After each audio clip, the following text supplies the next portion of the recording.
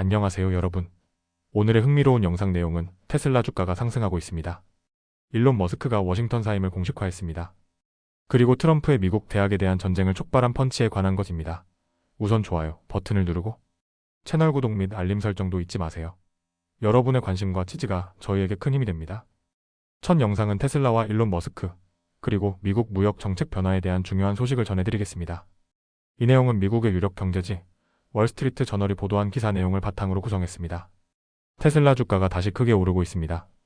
목요일 주식시장에서 테슬라는 0.4% 상승하며 주당 358달러 선에서 거래를 마쳤습니다. 이 상승은 단순한 일시적인 반등이 아닙니다. 지난 4월 22일 일론 머스크가 워싱턴에서 보내는 시간을 줄이고 테슬라 경영에 더 집중하겠다고 밝힌 이후 테슬라 주가는 무려 50%나 올랐습니다. 이런 상승세는 테슬라만의 이야기가 아닙니다. 같은 날 미국의 주요 지수들인 S&P 500과 다우지수도 각각 0.4%와 0.3% 상승했습니다. 이처럼 시장 전체가 긍정적인 흐름을 보인 데에는 또 하나의 중요한 배경이 있습니다. 바로 미국 국제무역법원의 판결입니다. 수요일 발표된 이 판결에서 국제무역법원은 도널드 트럼프 대통령이 부과했던 이른바 광복절 관세가 대통령 권한을 넘어선 것이라고 결정했습니다. 이 관세는 1977년 제정된 국제비상경제권한법을 근거로 하고 있었지만 법원은 그 적용이 과도했다고 판단한 것입니다. 다만 항소법원이 이날 결정에 대해 집행을 유예함으로써 당장 관세가 사라지는 것은 아니지만 이 같은 판결 자체가 투자자들 사이에서 불확실성을 줄이고 시장 안정에 기여한 것으로 평가됩니다. 다시 테슬라로 돌아가 보겠습니다. 일론 머스크의 정치적 역할은 그동안 시장에서 논란이 되곤 했습니다. 트럼프 대통령이 머스크를 특별 정부 직원으로 임명하면서 그가 워싱턴에서 보내는 시간이 늘어났고 일부 투자자들은 그의 본업인 테슬라 경영에 집중하지 않는 것이 아니냐는 우려를 제기했습니다. 머스크는 이런 불안을 잠재우기 위해 4월 말 투자자들과의 소통 자리에서 앞으로는 회사에 더 집중하겠다고 밝혔고 수요일 저녁에는 X의 이제 임기가 끝나가고 있으며 트럼프 대통령에게 감사하다는 메시지를 남겼습니다. 이는 정치에서 물러나 테슬라에 전념하겠다는 뜻으로 해석되며 시장에서 긍정적으로 받아들여졌습니다. 분석가들의 반응도 즉각적이었습니다. 웨드부시 증권에 된 아이브스는 테슬라 강세론자들에게 또 다른 긍정적 뉴스라고 평가했습니다. 그는 머스크가 이제 자율주행과 인공지능 로보택시 개발에 집중하고 있는 만큼 주가가 추가 상승할 여지가 크다고 전망했습니다.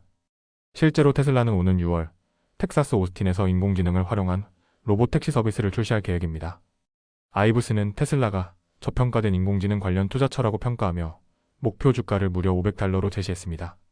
하지만 모든 투자자가 이 흐름에 동의하는 것은 아닙니다.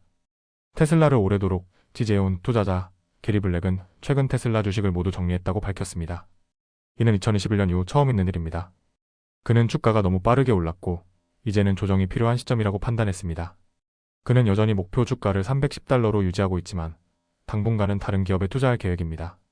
현재 그가 가장 많이 보유한 주식은 바로 반도체 기업 엔비디아입니다. 결론적으로 정리하자면 테슬라는 머스크의 정치적 퇴장과 기술 중심 전략에 힘입어 다시 한번 투자자들의 신뢰를 얻고 있습니다. 하지만 일부 전문가들은 지나치게 오른 주가에 대한 경고도 함께 내놓고 있습니다. 여러분이 투자자로서 이 소식을 받아들일 때 단기적인 주가 흐름뿐 아니라 머스크가 실질적으로 어떤 성과를 보여줄지를 주의 깊게 지켜보는 것이 중요할 것입니다. 다음 영상은 미국 정치권과 고등 교육기관 사이에서 벌어지고 있는 충돌의 중심에 선 중요한 사건을 소개해드리겠습니다. 이 내용은 월스트리트 저널이 보도한 최근 기사를 바탕으로 구성한 것으로 도널드 트럼프 대통령과 미국 대학들 사이의 갈등이 어떻게 시작되었고 지금 어떤 방향으로 흐르고 있는지를 알기 쉽게 정리했습니다. 이야기의 시작은 2019년으로 거슬러 올라갑니다. 당시 캘리포니아의 버클리 캠퍼스에서 한 보수 성향의 청년이 얼굴을 맞고 눈에 멍이 드는 일이 벌어졌습니다. 그는 터닝포인트라는 보수단체에서 활동하고 있었고 거리에서 대학생을 상대로 활동을 하던 중 낯선 이에게 폭행을 당한 것입니다. 이 사건은 보수 진영에서 큰 화제가 되었고 피해자였던 청년은 폭스뉴스에 출연하며 전국적인 주목을 받았습니다. 이 일은 단순한 거리의 말다툼으로 끝나지 않았습니다. 트럼프 대통령은 이 사건을 계기로 자유로운 표현을 억압하는 대학은 연방정부의 자금을 받을 자격이 없다고 주장하며 언론의 자유를 침해하는 대학에 대해 연방연구 기금 수십억 달러를 회수하겠다고 나섰습니다. 이어 그는 보수 정치행동회의 무대에서 피해 청년을 불러세우고 직접 관련 행정명령에 서명하겠다고 발표합니다. 그러나 당시 상원의 다수당이었던 공화당 내부에서도 이 결정은 위헌 소지가 있다는 비판이 나왔고 최종적으로 이 명령은 법적인 벽에 부딪히며 실효성에는 제한이 있었습니다. 이처럼 트럼프 대통령의 대학 개입 시도는 일개 행정부 시절부터 지속되어 왔습니다. 특히 그는 하버드 대학교를 비롯한 명문대들이 반서구적이고 진보적 가치에 너무 치우쳐 있다고 보고 연방 정부의 자금력을 활용해 대학의 보수적 균형을 강제하려 했습니다. 2023년 이스라엘과 하마스 사이의 전쟁이 발발하자 미국 내 많은 대학 캠퍼스에서 팔레스타인을 지지하는 시위가 일어났습니다. 트럼프 대통령과 그의 측근들은 이러한 시위가 반유대주의적인 성격을 띠고 있으며 대학들이 유대인 학생들을 보호하지 않고 있다고 강하게 비판했습니다. 이후 하버드를 포함한 여러 대학이 연방 조사 대상이 되었습니다. 이 논란의 중심에는 공화당 하원 의원 앨리스 스테파닉이 있습니다. 그녀는 하버드와 펜실베이니아 대학교 등 주요 대학 총장들을 국회 청문회에 불러내 유대인 학살을 요구하는 발언이 학내 규정 위반인가? 라는 질문을 던졌고 이에 제대로 답하지 못한 총장들은 여론의 문매를 맞고 결국 사임하게 됩니다. 트럼프의 동맹들은 이 기회를 놓치지 않았습니다. 2024년 초 보수 성향의 싱크탱크인 헤리티지 재단은 반유대주의 퇴치 태스크포스를 공식 출범시키며 연방 보조금을 활용해 대학에 압박을 가하는 전략을 구체화했습니다. 트럼프 대통령도 이에 발맞춰 하버드는 연방 기금이 필요 없다.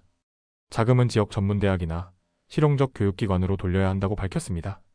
법무부는 이후 하버드, 컬럼비아, 뉴욕 대학교 등 10개 이상 대학에 대해 본격적인 조사를 시작했습니다.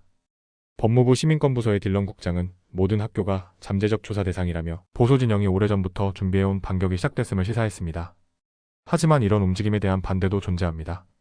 표현의 자유를 옹호하는 단체들은 정부가 정치적 이유로 대학 보조금을 박탈하려는 것은 위헌적이라며 우려를 표했습니다.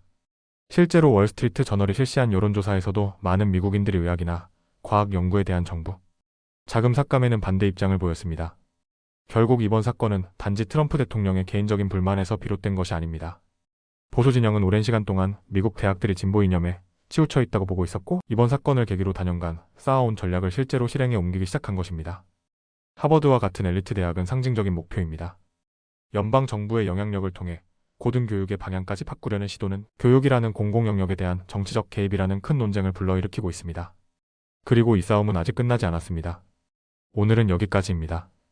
다음 영상에서 더 유익하고 흥미로운 내용으로 찾아뵙겠습니다. 이 영상은 투자 의견이 아닙니다. 매우 감사합니다.